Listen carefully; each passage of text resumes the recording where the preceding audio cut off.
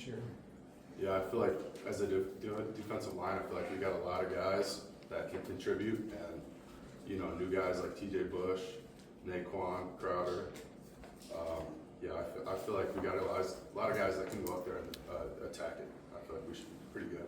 What have you learned from TJ over the last 6-7 months? He's got a lot of experience. He's done it in a lot of different places, but it's a type of skill set that maybe you guys haven't had in a while. Yeah, he's a really good pass rusher. I feel like over the last couple months, I've been like asking him a lot about, because he's been taught differently than I have, and he's got little tips that maybe I didn't know, and I kind of give him some of the stuff that I know. So we just bounce off each other, just asking each other questions. Which areas of your game have you really been focusing on this offseason, just after getting the experience you got last year?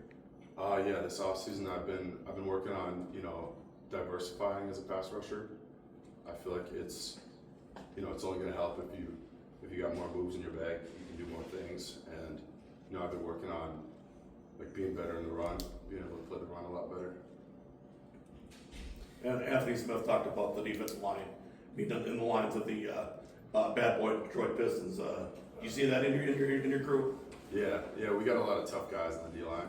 I feel like CJ brought that over last year. That was with the rushes last year, and we kind of took that to heart. And it's a mindset every day.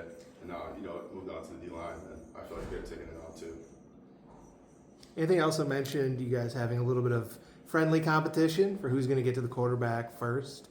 How's that friendly competition in your eyes, and I guess why are you going to win it? Yeah, we all push each other a lot.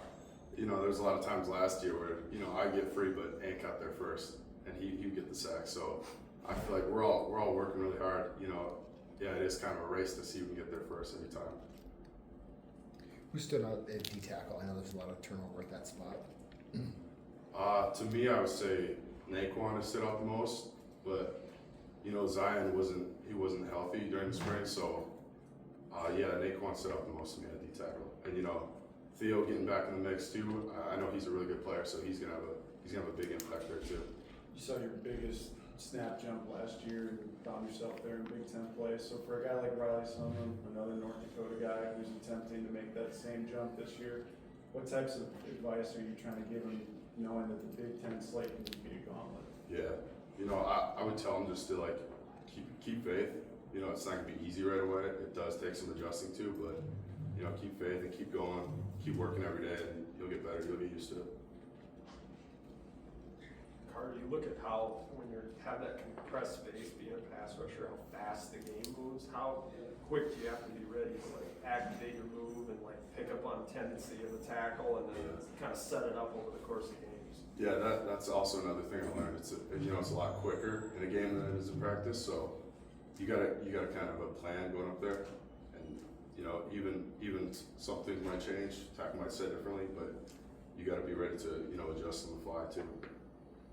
From a pass rush standpoint, anything you've been working on in particular this offseason?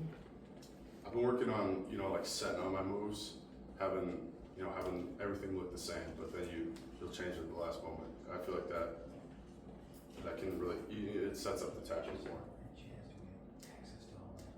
North Dakota State moved up to the FBS this season. What was your thoughts on that when that fell? I thought that was really cool. I feel like it's been a long time coming. They've just been dominating the FCS for a while, and I think it was good that they moved up, and I feel like they're going to do pretty well in the Mountain West. Anything else for Carter? All right. All right. Thank you. Thank you.